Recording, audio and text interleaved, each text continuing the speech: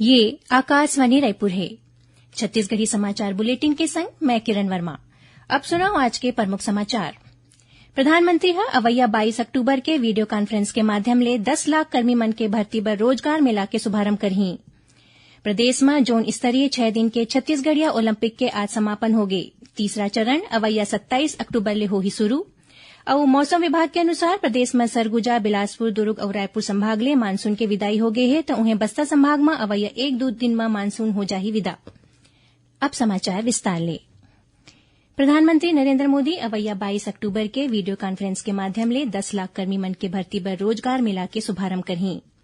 समारोह में पहली चरण में नवा भर्ती करेगे 75 लोगन मन ला नियुक्ति पत्र सौंपे जाही। ए दौरान दक्षिण पूर्व मध्य रेलवे के अंतर्गत बिलासपुर, रायपुर और नागपुर में ए आयोजन करे जाही। बिलासपुर में केंद्रीय जनजातीय राज्य मंत्री रेणुका सिंह, इस्पात राज्य मंत्री फग्गन सिंह कुलस्ते और नागपुर में सामाजिक न्याय और अधिकारिता मंत्री रामदास अठावले के मौजूदगी में 600 ले ज्यादा नवनियुक्त कर्मी मन ला नियुक्ति पत्र प्रदान करे जाही, जेमा बिलासपुर में 288, रायपुर में 241 और नागपुर में 92 नव नियुक्त कर्मी मन शामिल हरय।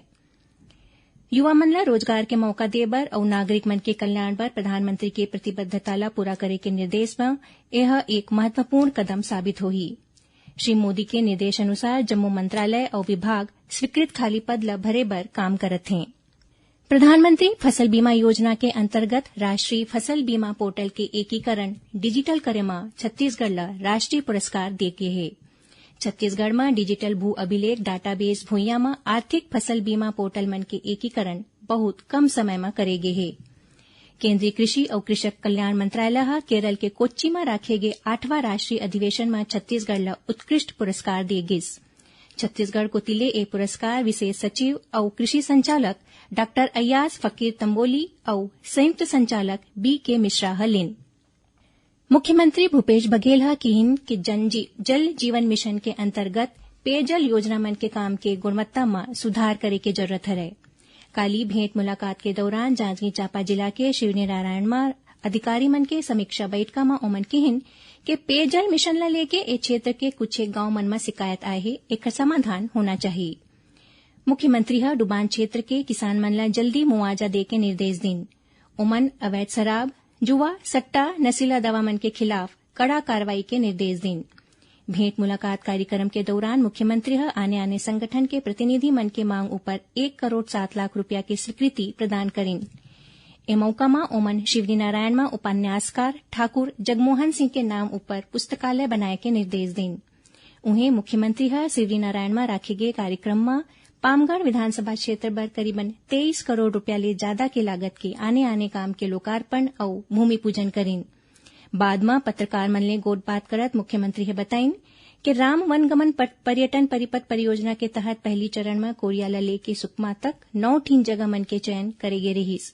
एमाले शिवनारायण और चंदखुरी में शुरुआती चरण के काम पूरा हो गए है। ओमन धान खरीदी ऊपर चर्चा करत बताइन कि एदारी समर्थन मूल्य में किसान मन ले 1 करोड़ मीट्रिक टन ले ज्यादा धान खरीदे की तैयारी हरय। राज्य सरकार छत्तीसगढ़ पाठ्य पुस्तक निगम के प्रबंध संचालक रितेश कुमार अग्रवाल ला Chhattisgarh infotech promotion society chips के मुख्य कार्यपालन अधिकारी पद के अतिरिक्त प्रभार सौंपे है।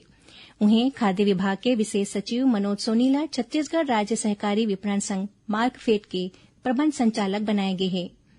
बता दें कि अब तक ये पद आईएएस समीर बिश्नोई संभालत रहीन, जौला प्रदेश में ईडी के छापा के दौरान गिरफ्तार करेगी से।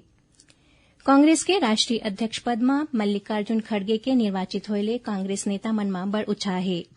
छत्तीसगढ़ विधानसभा अध्यक्ष डॉक्टर चरणदास महंत और कोरबा सांसद ज्योत्सना महंत श्री खड़गे ला दिल्ली में भेंट करके ओमन ला बधाई और शुभकामना दिन। उन्हें प्रदेश कांग्रेस कमेटी के अध्यक्ष मोहन मरकाम श्री खड़गे ला पार्टी अध्यक्ष चुने जाए में बधाई देवत कहिन कि यह कांग्रेस के आंतरिक लोकतंत्र के जीत है। छत्तीसगढ़ी समाचार बुलेटिन आप मन आकाशवाणी रायपुर ले सुनत हव। छत्तीसगढ़ के खबर ले है आपके वास्ता और खबर के विश्वसनीयता ले है हमर वास्ता। आकाशवाणी समाचार रायपुर के प्रादेशिक समाचार बुलेटिन के संगे संग हमार समसामयिक कार्यक्रम आप रेडियो के संग अपन मोबाइल में घलो सुन सकत हव। आकाशवाणी समाचार फेसबुक, ट्विटर और यूट्यूब में घलो हावय। हमार फेसबुक पेज हरे Chhattisgarh news on AIR, Twitter handle CGAIR news और हमार यूट्यूब चैनल हरे छत्तीसगढ़ AIR न्यूज। तो अब रेडियो के संगे संग आपके मोबाइल के माध्यम ले हम आप तक पहुंचत हन। छत्तीसगढ़ के हर खबर पर सुनत रहो आकाशवाणी समाचार। अब आगू बढ़न बाँचे समाचार को ती। छत्तीसगढ़ ले गुजरने वाला कई ठीन एक्सप्रेस और मेमू ट्रेन मन में यात्री मन ला सुरक्षित सफर के सुविधा देबर CCTV कैमरा लगाए जाथे। दक्षिण पूर्व मध्य रेलवे डहर ले अब तक 190 ठीन कोच में CCTV कैमरा लगाए जा चुके हैं, जेमा ये सुविधा शुरू करे गे हे। उमा Durg Nizamuddin express, Humsafar express, Chhattisgarh express, Durg Jammu Tawi express और बिलासपुर भगत की कोठी जैसे कई ठीन ट्रेन शामिल हैं। ऐसने बल्लार शाह गोंदिया, चांदाफोर्ट गोंदिया मेमू समेत 12 स्पेयर कोच में CCTV कैमरा लगाए जा चुके हैं। एकर अलावा प्लेटफॉर्म और स्टेशन परिसर में घलो कैमरा लगाए जाथे। अब तक 12 स्टेशन मन में लगभग 360 कैमरा लगाए गए हैं। यही बीच दक्षिण पूर्व मध्य रेलवे प्रशासन हा यात्री मन ने अपील करे है कि ओमन यात्रा के दौरान अपन संग ज्वलनशील और विस्फोटक पदार्थ झन ले जावे। ऐसे करना दंडनीय अपराध घलो हरे। देवारी ला देखत रेल प्रशासन और रेलवे पुलिस डहार ले अभियान चला के स्टेशन मन के सघन जांच करे जाथे। प्रदेश में जून स्तरीय 6 दिन के छत्तीसगढ़िया ओलंपिक के आज समापन हो गए। दूसरा चरण के समापन दिवस में आज आने खेल प्रतियोगिता के विजेता मन ला पुरस्कार देगिस। छत्तीसगढ़िया ओलंपिक के तीसरा चरण विकासखंड स्तर में अवैया 27 अक्टूबर ले 10 नवंबर तक होही। प्रदेश में सरगुजा, बिलासपुर, दुर्ग और रायपुर संभाग ले दक्षिण पश्चिम मानसून के विदाई हो गए है। मौसम विभाग के अनुसार बस्तर संभाग में अवैया 1-2 दिन में मानसून विदा हो जाही। प्रदेश में एबेरा बंगाल के खाड़ी ले नमी आवत है, जेखर ले अवैया 24 घंटा के दौरान मुख्य रूप ले बस्तर संभाग में 1-2 जगह मन में हल्का ले मध्यम वर्षा होए या गरज चमक के संग छींटा पड़े के संभावना है। महिला स्व सहायता समूह डहार ले एक कोती गोबर ले वर्मी कंपोस्ट बनाए जाते तो उन्हें दूसर कोती गोबर ले कई घरेलू और सजावटी सामान घलो तैयार करे जाते। दीपावली ला देखत महिला समूह डहार ले गोबर ले बने फ्यूजन दिया के अलावा फ्लोटिंग दिया, बंधनवार, मोबाइल स्टैंड, हैंगिंग शो पीस जैसन कई ठीन सजावटी सामान बनाए गए हैं। ये सामान मन के पुणे और नोएडा जैसे शहर ले सरलग मांग होवत है। दुर्ग, जसपुर, जांजगीर चांपा जिला के संगरा, नवा बने सक्ती जिला के अकलतरा और पामगढ़ क्षेत्र में घलो महिला मन को तिले बहुत अकन सजावटी और घरेलू उपयोग के वस्तु बनाए जाते। दुर्ग जिला के भिलाई में उड़ान नई दिशा समूह के महिला मन कलेक्टर पुष्पेंद्र कुमार मीराला गोबर ले बने फ्यूजन दीप रंगोली भेंट करके ओमला देवारी के शुभकामना दिन। अब थोरकुन समाचार सार में।